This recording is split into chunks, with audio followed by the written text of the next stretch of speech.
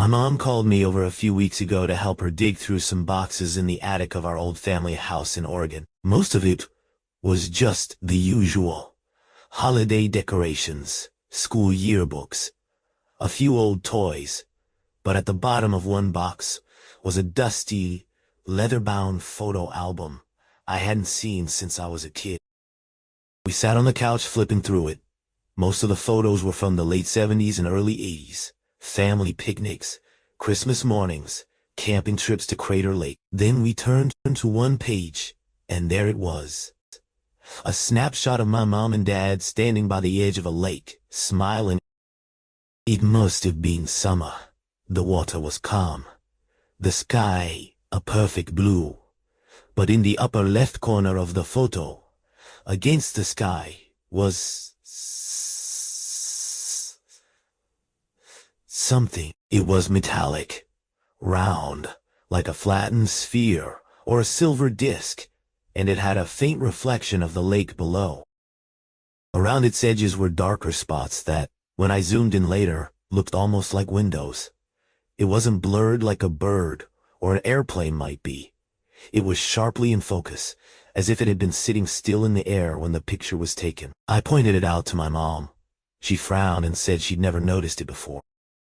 Dad leaned over, squinted at it, and then just shook his head, muttering, "Ah!"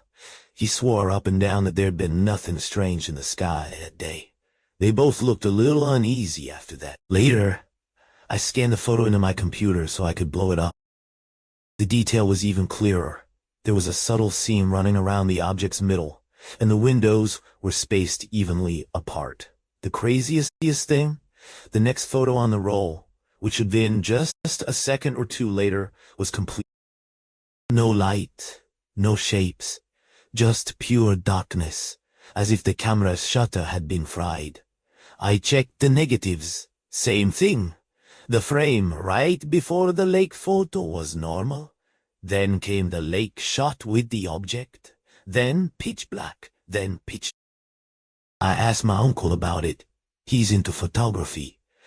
And he said it was almost impossible for one frame to be perfectly exposed, and the next to be a total blackout, unless something interfered with the camera's mechanics or the film itself. That night, I couldn't stop looking at the image on my laptop.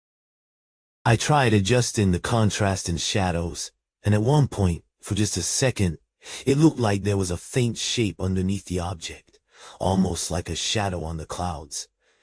Since then, I've kept the original photo locked in a folder in my desk.